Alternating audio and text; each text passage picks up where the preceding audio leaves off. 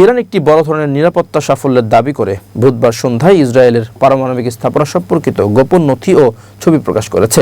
ইরানের গোয়েন্দা মন্ত্রণালয় জানিয়েছে, এই উপকরণগুলোর মধ্যে রয়েছে মার্কিন ও ইউরোপীয় বিজ্ঞানীদের সম্পৃক্ততার প্রমাণ সহ হাজার হাজার গোপন নথি।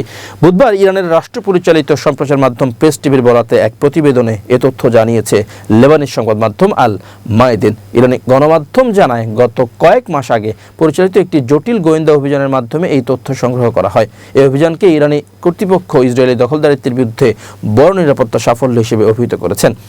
ইরানের গোয়েন্দা মন্ত্রী ইসমাইল খাতিব বলেন, অভিযানে ইসরায়েলের পারমাণবিক ও নিরাপত্তা সংস্থার অভ্যন্তরীণ কিছু ব্যক্তি সহযোগিতা করেছে, যারা অর্থের বিনিময়ে এই নথি তেহরানে হস্তান্তর করেছেন।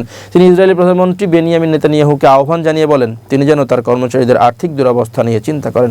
খাতিব আরও জানান, ইরানে নিরাপদভাবে স্থানান্তরিত একটি সংরক্ষণাগারে এখন ইসরায়েলি শাসন ব্যবস্থা ও অস্ত্র কর্মসূচি সম্পর্কিত লক্ষ লক্ষ পৃষ্ঠার মূল্যবান ও বৈচিত্র্যময় তথ্য রয়েছে। এসব নথির মধ্যে রয়েছে পারমাণবিক অস্ত্র উন্নয়ন ও আপগ্রেড প্রোগ্রাম, পুরনো অস্ত্র প্রকল্প এবং আমেরিকা ও ইউরোপের সঙ্গে যৌথ উদ্যোগের বিবরণ।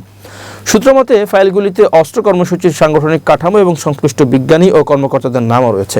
গোয়েন্দা সূত্রগুলো লেবাননের আল মায়াদিন চ্যানেলকে জানায়, ইসরায়েলের সাথে সম্পর্কিত কৌশলগত তথ্য এবং হাজার হাজার নথি ইরানের হাতে এসেছে। অভিযানটি কিছু সময় আগে সংগঠিত হলেও বিপুল তথ্যের নিরাপদ স্থানান্তরের কারণে তা গোপন রাখা হয়েছিল।